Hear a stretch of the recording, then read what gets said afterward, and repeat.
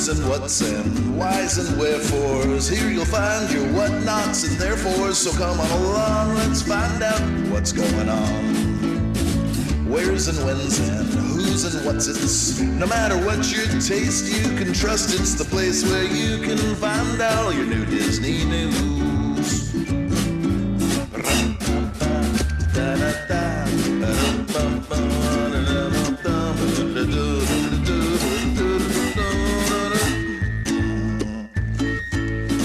Where's and when's and who's and what's it's. No matter what you taste, you can trust it's the place where you can find all your new Disney news.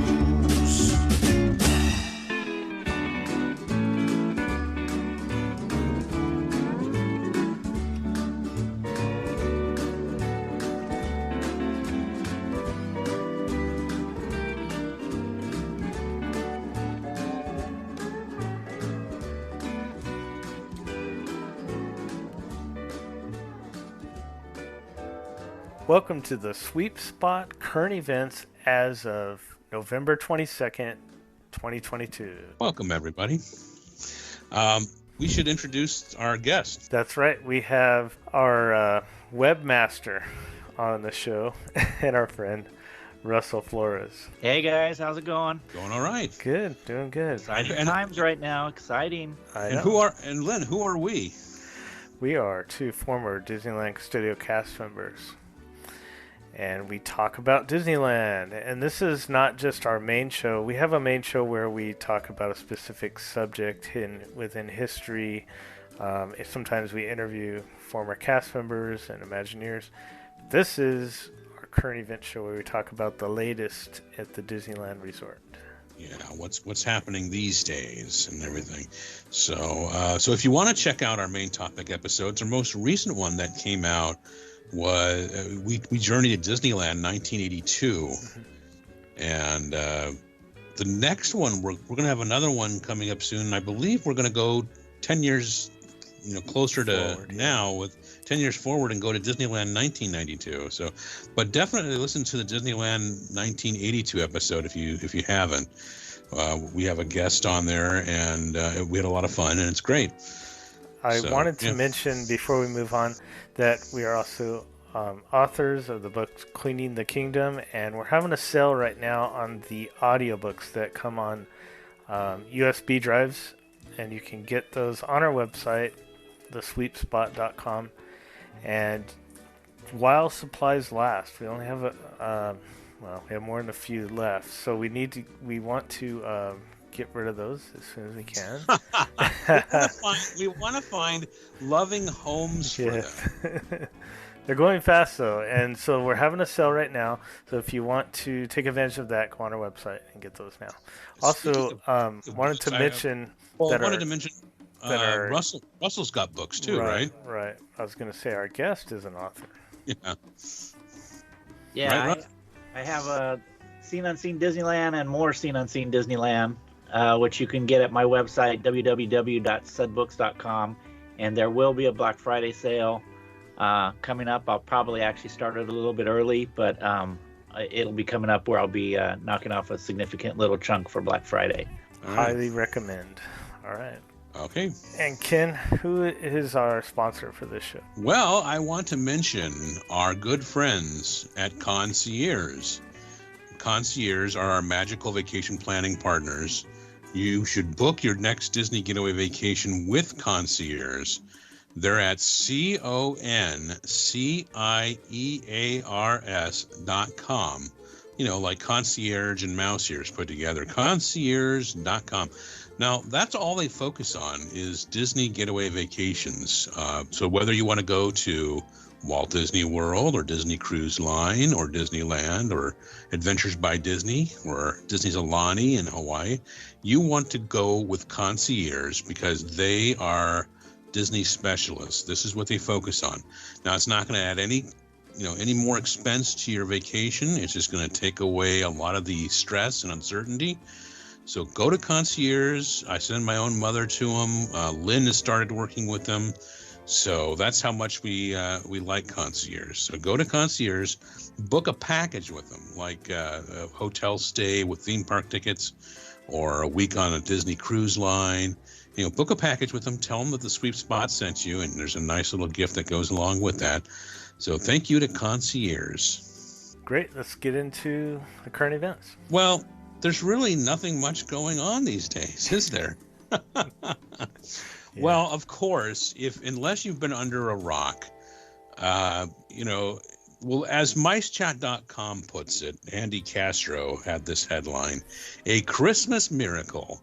Bob Chapek out, Bob Iger back." So Bob Iger had been Disney CEO basically since the ouster of Michael Eisner. And Bob Iger kept saying he was going to retire. And Disney, the company kept extending his tenure. And then finally, a few years ago, 2 or 3 years ago, he transitioned to being a chairman, I guess, and the CEO spot was taken over by Bob Chapek, who had come up in the company. And then all of a sudden, this past Sunday night, word started going out, and I'm sure a lot of well, you can all tell me where you were when you found out. I was sitting on my sofa, and I'm just like, wait a minute, is this real? And I'm like, wait, this is real. This is real. Where were you guys when you found out? So I was in the living room watching TV with the family when my wife, who was cruising on her phone, said, "Hey, it says that Capek's out." And so we started looking, thinking, oh, it's just some spoof or wishful thinking. But then, it started popping up in the more traditional feeds, ABC, CBS, NBC, stuff like that, CNN. And we're like, oh, this is real. Yeah.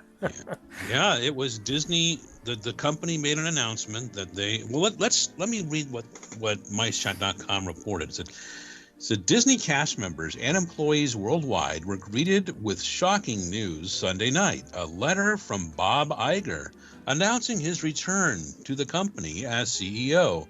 The retired CEO announced his return to cast members in a 4-paragraph letter, which we have in full below. And let me read some of it. He says, "Dear fellow employees and cast members, it is with an incredible sense of gratitude and humility, and I must admit a bit of amazement, that I write to you this evening with the news that I am returning to the Walt Disney Company as Chief Executive Officer. When I look at the creative success of our teams across the studios, Disney General Entertainment, ESPN, and International, the rapid growth of our streaming services, the phenomenal reimagining and rebound of our parks, the continued great work of ABC News, and so many other achievements across our businesses, I am in awe of your accomplishments, and I'm excited to embark with you on many new endeavors.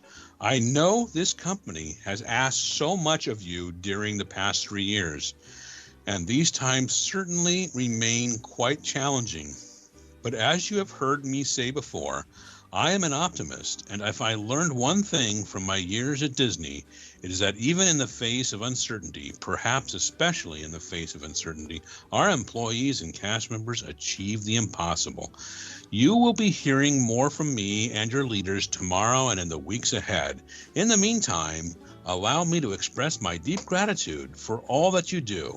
Disney holds a special place in the hearts of people around the globe thanks to you, and your dedication to this company and its mission to bring joy to people through great storytelling is an inspiration to me every single day."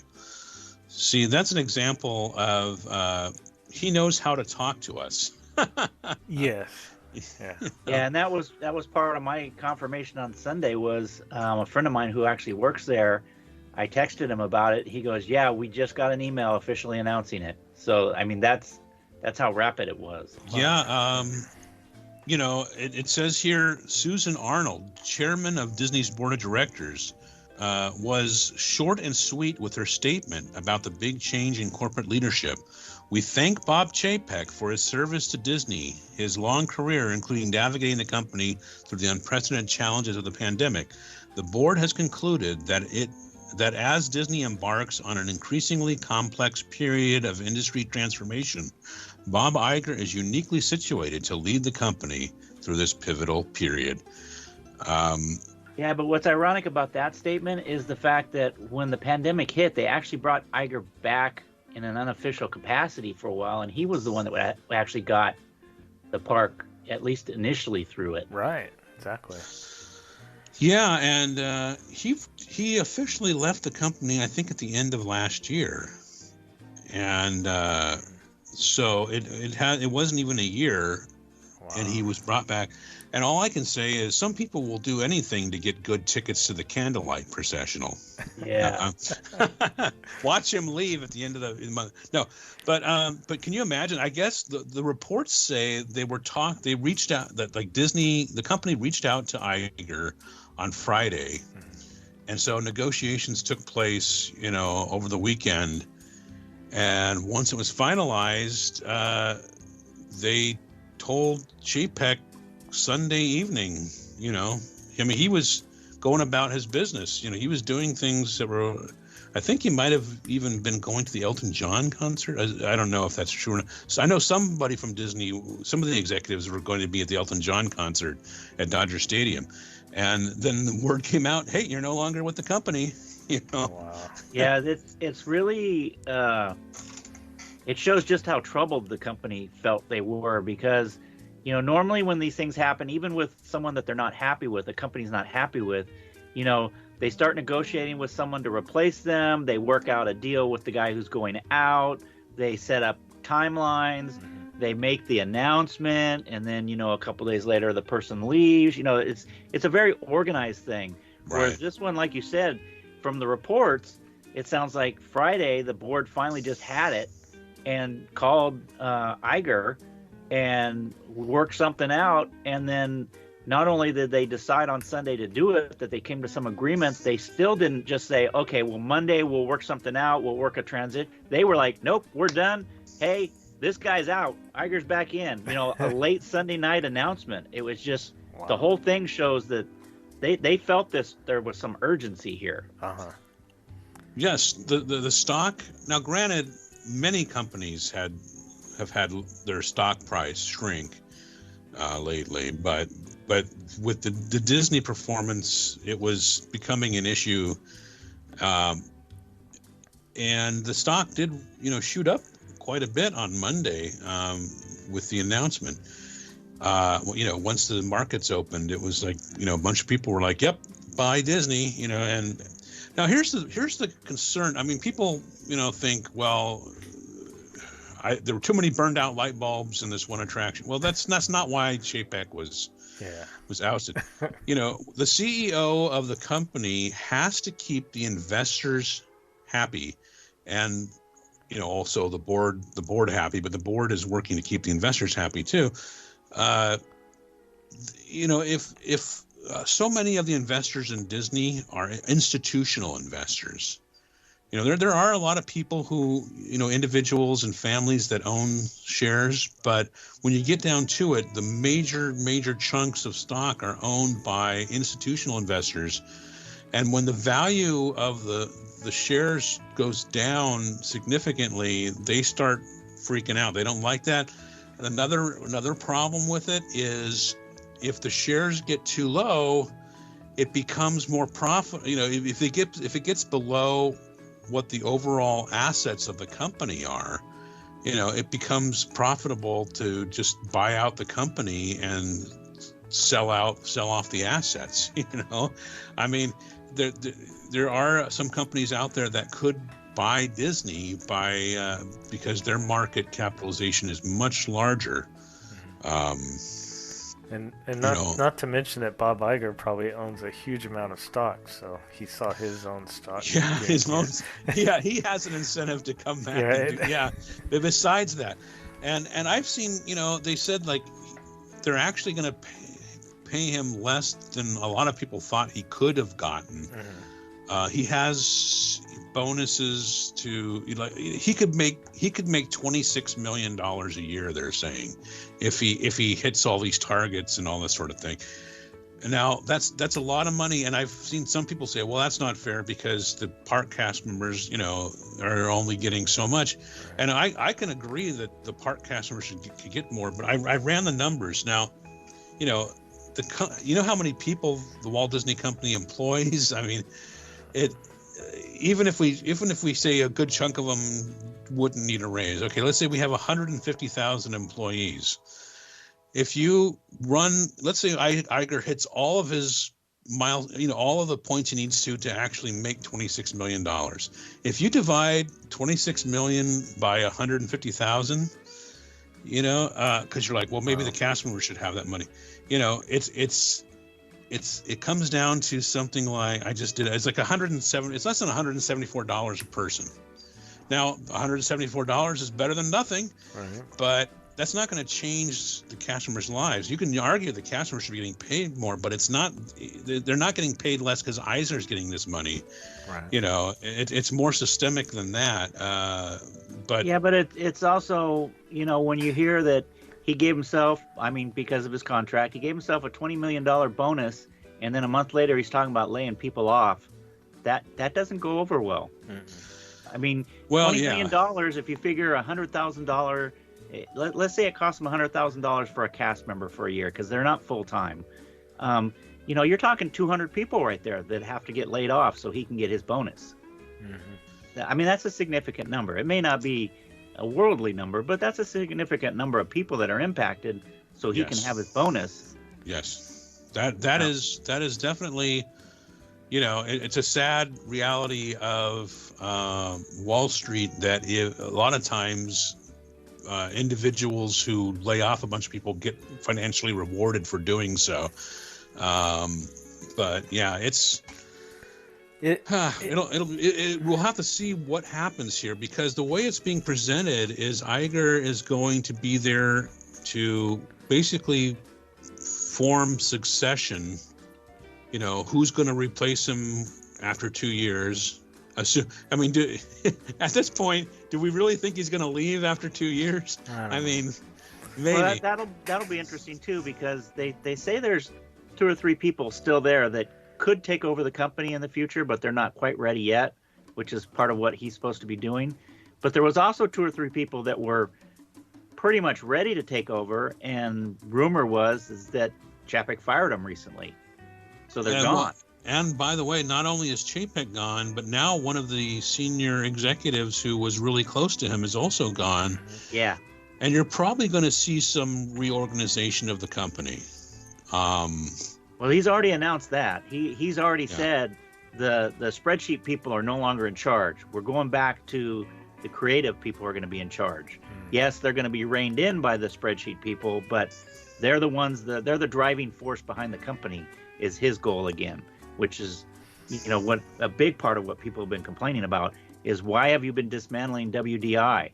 Why have so many, Imagineers, granted they quit or retired, but it just seemed untimely. A lot of them, and a lot of them have been posting recently the last day about, how they were made to leave. And there's one that even posted that was saying, it used to be a CEO would come into WDI and they would talk to us and they would introduce themselves. And, like Iger even went so far as to learn a lot of their names and stuff. And this one person said, Chapek has never even been to WDI. He never came and introduced himself. He never stopped to talk to us. Yeah. That's a big difference. If it's true, obviously. If you think about it, it's when you think about it, animation and Imagineering have been, and I guess you have to include Pixar in animation, but they have been the source for the most part of the company's enduring intellectual property. You wouldn't be able to sell these t-shirts. You wouldn't be able to sell those popcorn buckets. You wouldn't be able to get people to spend thousands of dollars on a Disney vacation if it weren't for the work of Imagineering and animation and Pixar. You have to have the compelling characters and stories and settings that are generated from those areas. Lucasfilm now and too as well, and Marvel. You have to have that, and it's just a matter of where does it go from there? How do you capitalize on those if you're not making good use of what you have? Disney obtained a heck of a lot of intellectual property when it bought the Fox assets. you think of all those movies that, and TV shows they had over the years. There's things that it could be doing with those. Hardly doing anything with the Fox stuff for now. Yeah, I mean, and of course some of it you can't. I mean, like Simpsons is at Universal, but there's a lot more to Fox than just the Simpsons. So it's going to be interesting to see what happens. There has been talk that, think about how Bob Iger got to Disney. He was with ABC when Disney bought it. And there's some talk, is he going to steer the company into being acquired? Is it going to be will he be the last Disney CEO? And some people say, well, that's what he can, that's his specialty. But other people say he doesn't want, he wants a legacy where that's not going to be the case. Where he doesn't want to be the guy who ended Disney as an independent company, because companies like Apple, Alphabet, whatever, Google, which is Google, YouTube, all that, and Amazon, they do have the market capitalization where they could buy Disney, and they're hungry for content. I mean,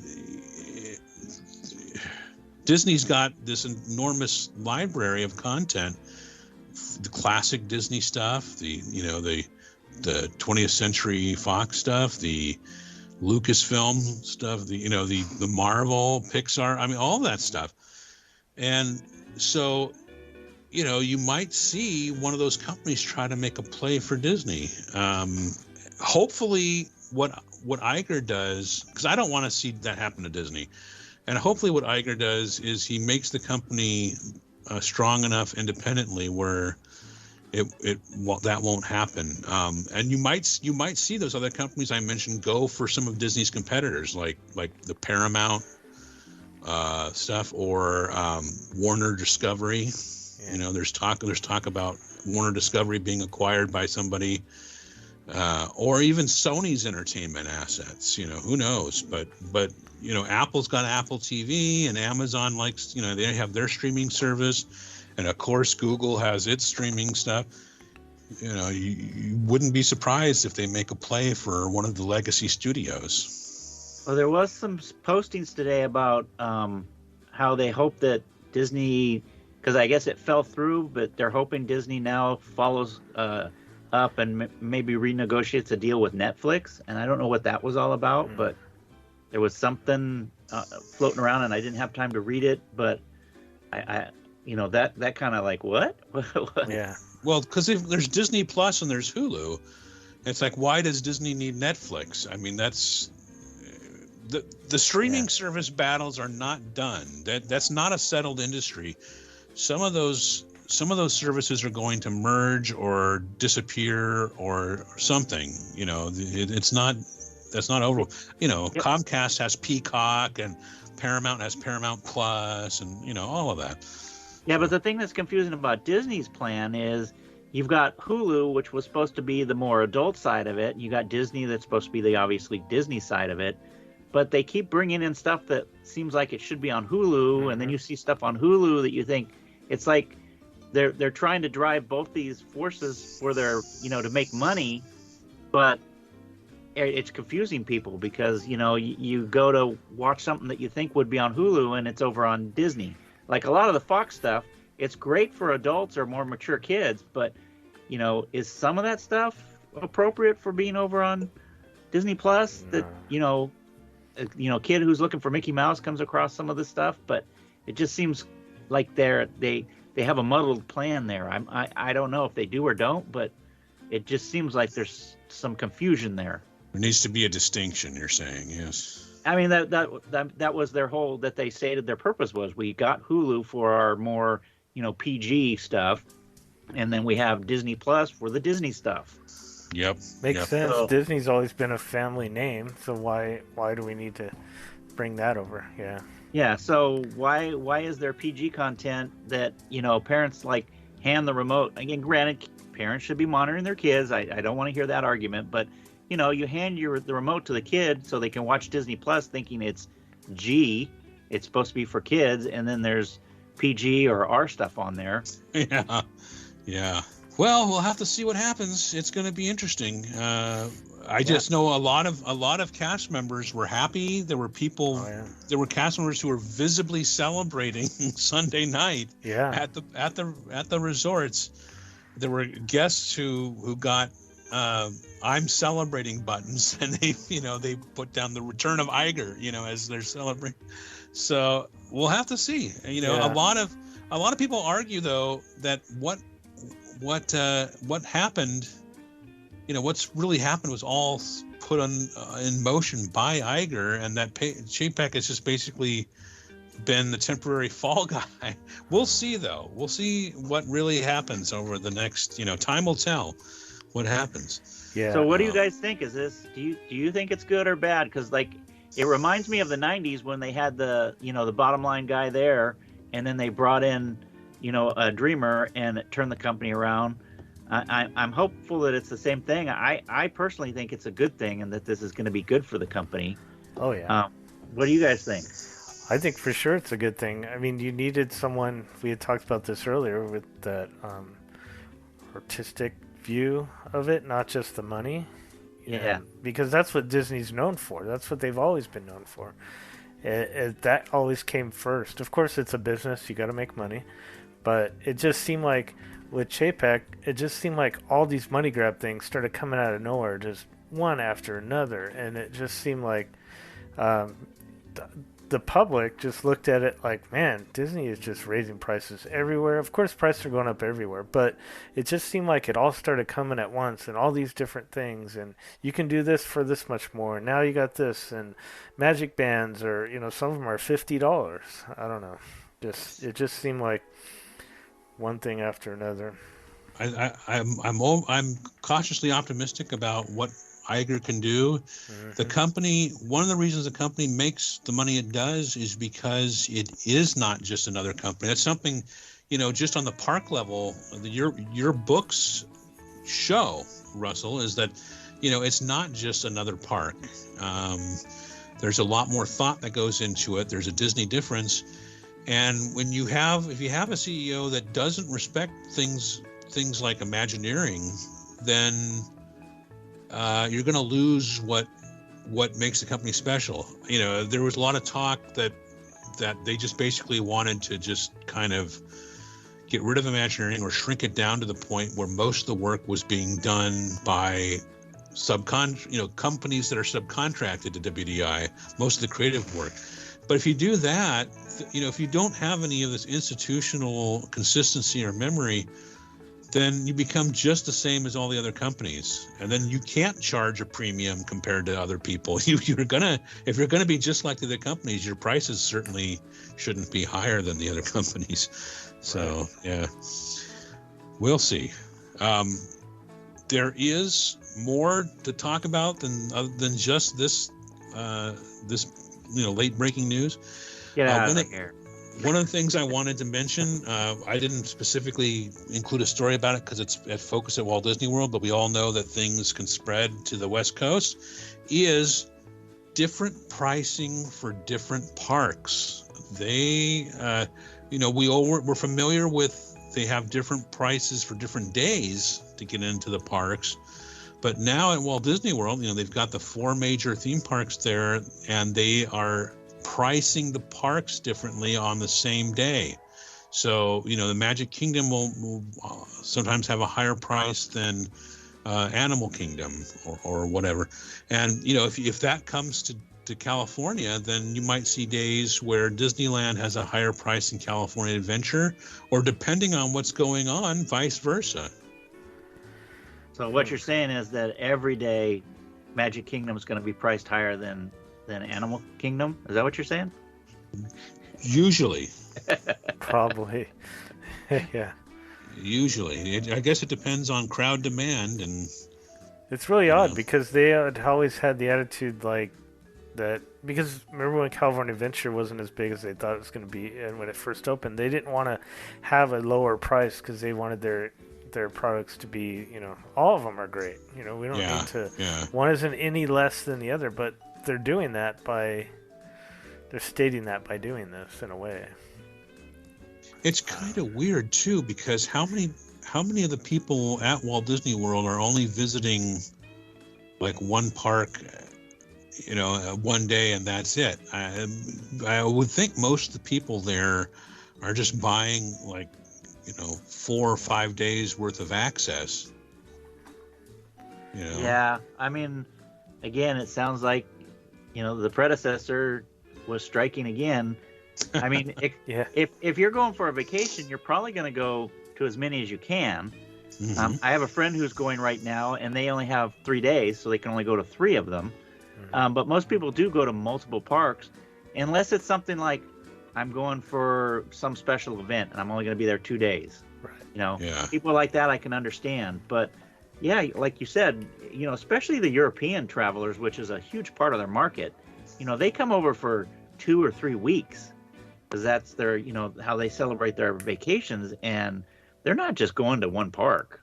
So it's going to be interesting. Yeah, I'll see if that policy sticks or what they do with it.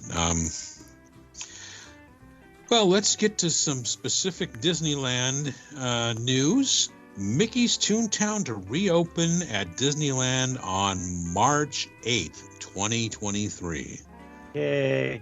Yay. And this is from the official Disney Parks blog. Kelsey Lynch had an article there where it is, it's reported Disneyland Resort is pleased to announce the official reopening date of Mickey's Toontown in Disneyland Park, March 8th, 2023.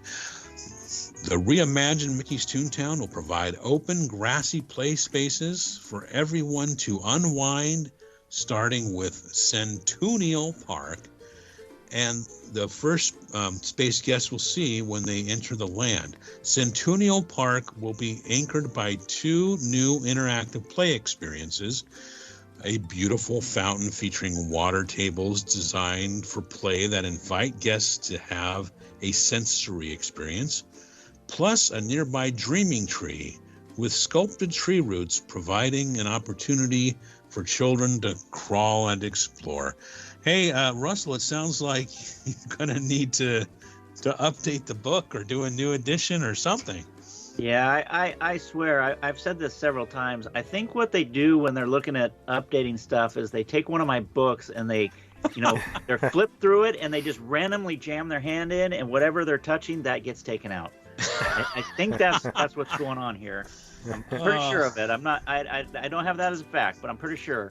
But it's like one person told me with my books, because I was actually getting frustrated over this a couple years ago, and he said, "No, you got to look at it differently. It's right now, most of your stuff is there, and people can look at your book and then go there. But eventually, they'll become historical books where people can look at them and go, oh, this is what used to be here. So they'll still be relevant." Yeah. So that made me feel better. Yes, they are. They do document all these wonderful details that the parks have had. So yeah, as they say here, Mickey's Toontown will be home to the new attraction, Mickey and Minnie's Runaway Railway. Inside the El Capitan Theater, Mickey and Minnie's Runaway Railway will put you in the wacky and unpredictable cartoon world of Mickey and Minnie, where you'll board a train with Goofy as the engineer. One magical moment after the next leads you to a zany, out-of-control adventure filled with surprising twists and turns that the entire family will enjoy.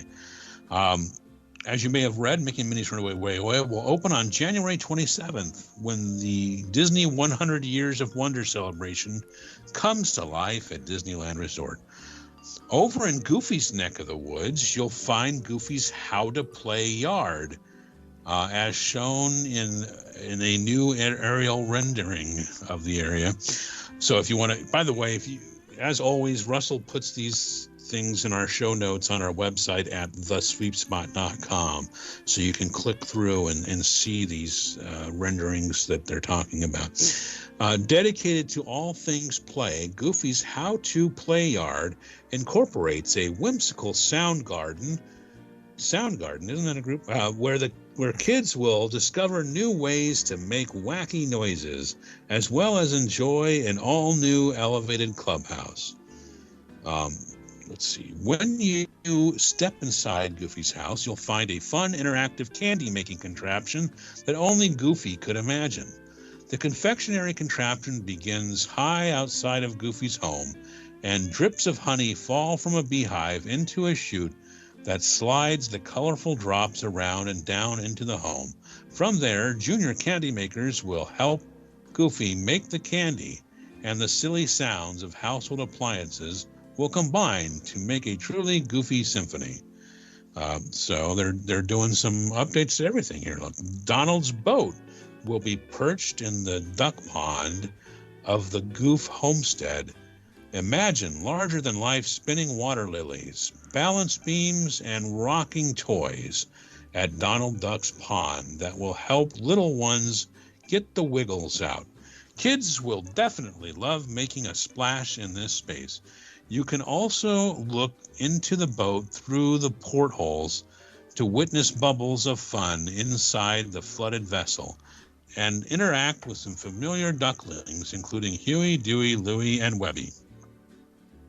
If they're going to actually have actual water interaction, traditionally Disneyland is not. They got rid of cosmic waves. Yeah. And they did have the play area over on the DCA side that got replaced with, it was part of the Bugs Land, but it got replaced with the Marvel area. So we'll see what happens with this. But for those wanting to get a little nutty, you can head over to Chip and Dale's Gadget Coaster, where Mickey's Toontown favorite tinkerer, Gadget Hackwrench, has created a one-of-a-kind, fun-sized coaster for the town's tiniest citizens. And at Mickey's house and Minnie's house, you'll once again be able to step right into their homes and enjoy a self-guided tour as you discover special surprises in every room. You may even be able to visit with Mickey and Minnie while you're there, should they be home. Roger Rabbit's Cartoon Spin will also return, where you can board Lenny the Cab and spin through the streets and alleys of Toontown as you follow the adventures of Roger Rabbit. And when you feel a snack attack coming on, you'll be able to turn to two new places to appease your appetites in the land. Cafe Daisy, where acclaimed culinary expert Daisy Duck serves up diner classics at her sidewalk table eatery, and the Toontown Farmers Market at Good Boy Grocers, a friendly roadside stand offering grab-and-go drinks and treats. So, sounds like they're doing a makeover of most of the stuff there. Yeah. Looks good, though. Yeah. We'll see. The new attraction opens, and then later the whole land opens. So... Have you guys had a chance to ride the new attraction? No. Over in the world? No. Have you? Yeah, it's actually pretty cool. Oh. I enjoyed it. It obviously has a lot of the newer technologies, the projections and screens and stuff like that. But yeah, it was fun. I enjoyed it.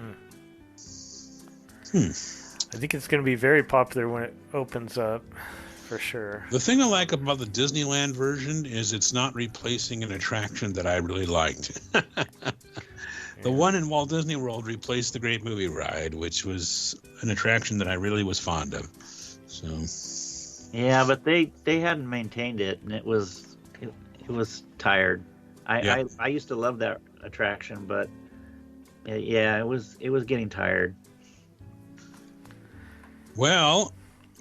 Were you able to get a magic key during the 10 minutes they were available? From the Orange County Register, Disneyland stopped selling all Magic Key annual passes a day after resuming sales. And this report is from Jeffrey Miller. And it says the Disneyland Resort stopped selling annual passes. Well, they're Magic Keys, but they call them annual passes in the story here. On Thursday, November 7th, just a day after it resumed selling the passes following a 6-month hiatus. On Wednesday, Disneyland announced that people who didn't currently have the passes could buy the Inspire Key for $15.99, the Believe Key for $10.99, or the Imagine Key, available only to Southern California residents for $449. Over the course of a few hours Thursday, the company paused sales of the Believe, Imagine, and Inspire keys in quick succession. Guests who already have Magic Key passes may renew them if their pass is within 30 days of expiring. But passes are no longer available to new customers. Ha! No passes for you. Do you think that this was a quick, like, you know, the stocks were going down, Chapek was a little desperate, maybe we'll put those up for sale for a little bit and make some money real quick? Because they know that you're going to make money fast out of that. I actually had a similar feeling when they, not after they closed it, but when they first announced it. I mean, it seems awful suspicious that they announced that they're losing money, and then a couple of days later they announced they're selling, basically annual passes again. And traditionally in the past, whenever they're in trouble, they start selling annual passes and pushing those, and the APs come in and save the company a little bit. And then once they don't need them anymore, then they start dumping on APs again. So it's just kind of a cycle that they've gone through a few times. And it just seemed like they were starting that cycle again. And then all of a sudden they yanked it. And it just seems like, again, not to keep going back to the first story, but another misstep by, Chapek. Why did they open it and then close it so quickly? I mean, clearly something went wrong. But why did it go wrong? Why wasn't this, planned out? Was it just a knee-jerk reaction to start them up and they didn't think it through? Or, what exactly happened there? Because it seemed very quick roundabout. Or did someone just, decide to do this thinking they had the okay, and then it was like, hey, we didn't okay this, and, who knows? Because, communications, sometimes seems to be a little lacking. So I don't know. It just seemed really weird. That was really interesting that they would do that, and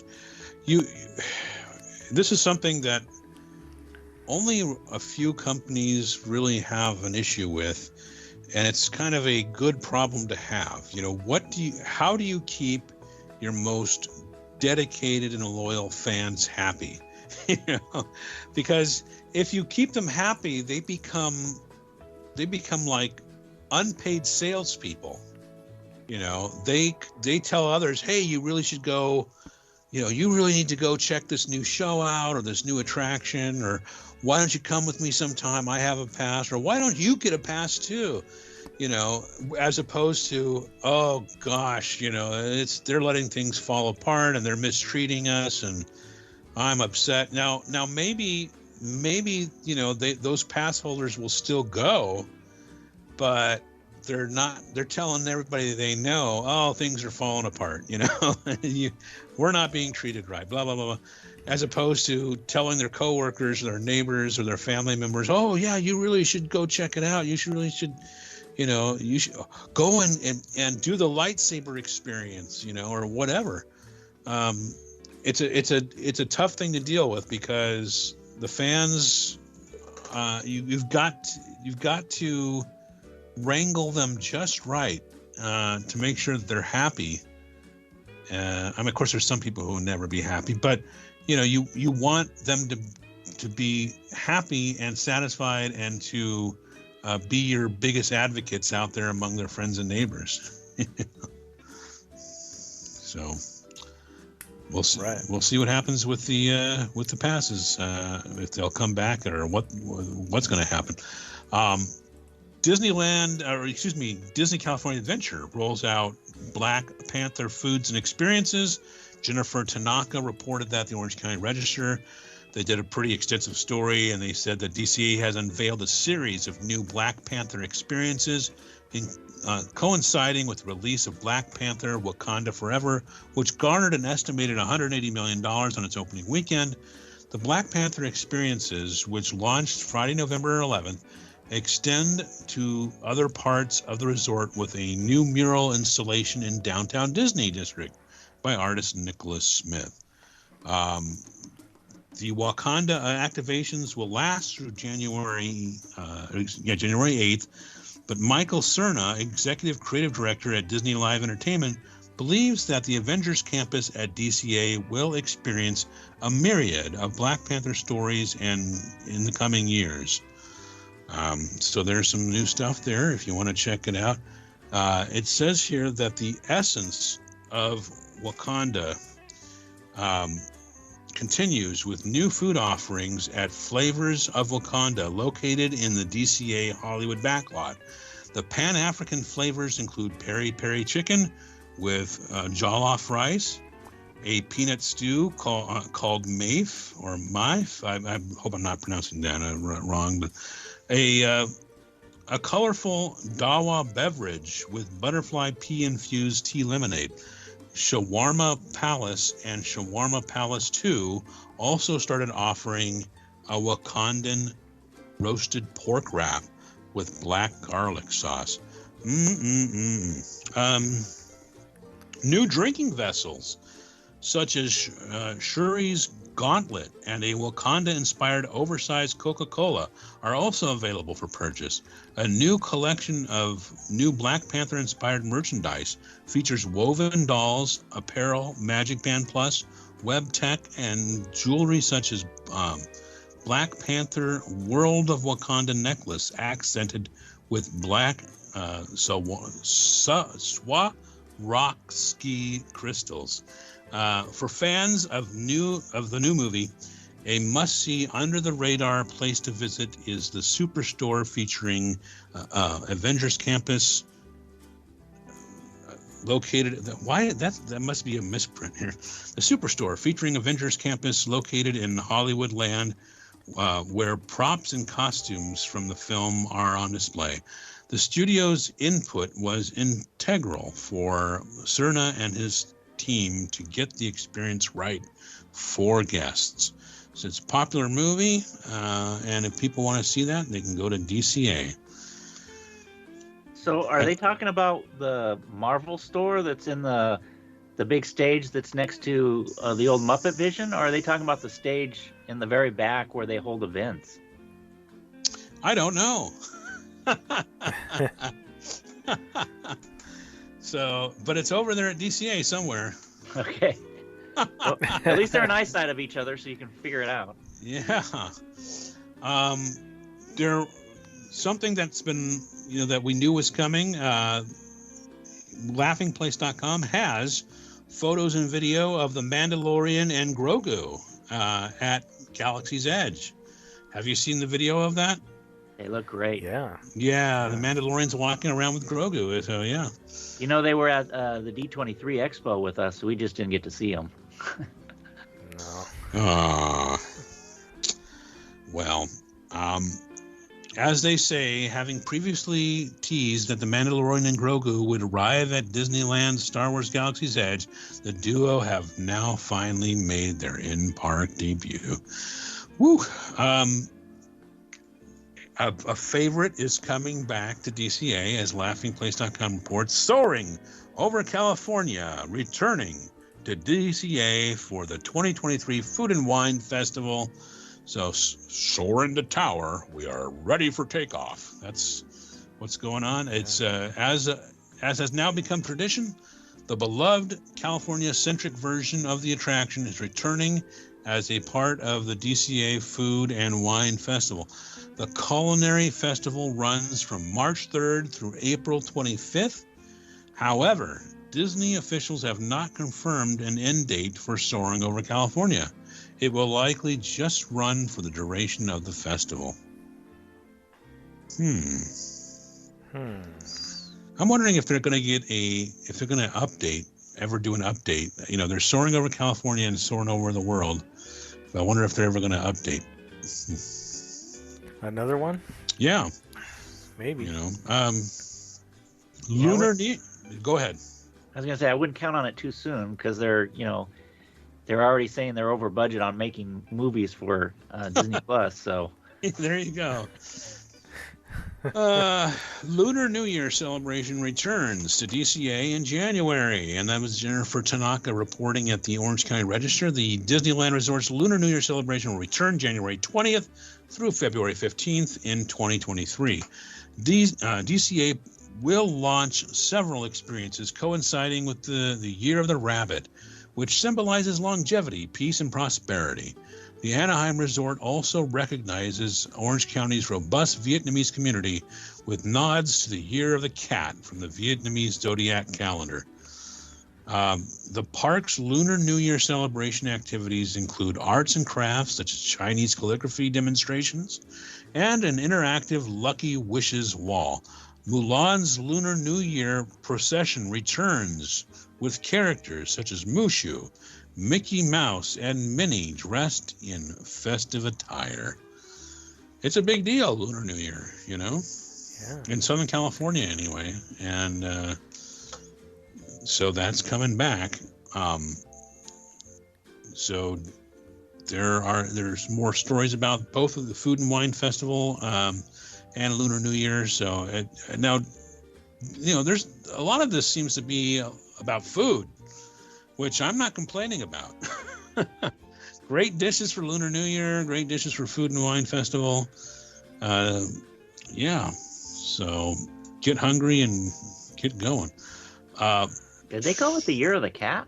That was, they're making a nod to that for the Vietnamese, because I guess the Chinese are doing Year of the Rabbit and the Vietnamese are doing Year of the Cat. No, because I'm looking at the spinning wheel right now. It's tiger. Oh, but next year's rabbit. That's right. Never mind. Yeah. I'm looking at the wrong year. So yeah, next year is rabbit. There you go. All right. Let's see what else is going on. As usual, mychat.com has updates on Disneyland. They have their Disneyland update from Dusty Sage. It's called The CEO Who Stole Christmas. Now remember, this came out on November 14th. Before our first story broke. So you can click through to read all their updates. And there's also one from Andy Castro from November 21st called Disneyland Update, The Return of the King and the Cursed Keys. So we did talk about what happened with the magic keys. So if you want to click through and read those, go ahead. Lynn, do you have any renovation updates? I was not prepared for them, but I do remember. Sorry about that. No, I saw that in the notes. He's been sweeping out the garage a little bit, and he pulled some weeds out in the front yard. So that's about all that happened. No, there's not. I was just kidding. There's not really any thing going on. Tarzan's Treehouse, Adventureland Treehouse, whatever. It's no return date, but they said next year sometime. Yeah. So, yeah. That's all I have. Yeah. Well, that is the kind of thing that we're dealing with right now is everything we talked about, and it's going to be interesting to see what happens. Stick with us because we do these updates, every other week. And then the other weeks we have our main topic episodes. So whatever news comes out, we'll have it. End of the year, we do tend to modify our schedule a little bit. But if you subscribe to us at Apple Podcasts, you won't miss any of our episodes. All right. Well, Russell, thank you for joining us again. Thank you for having me on again. It's been fun. It's been a lively conversation. Oh, yeah. All right. Well, thanks for listening, and we'll talk with you next time.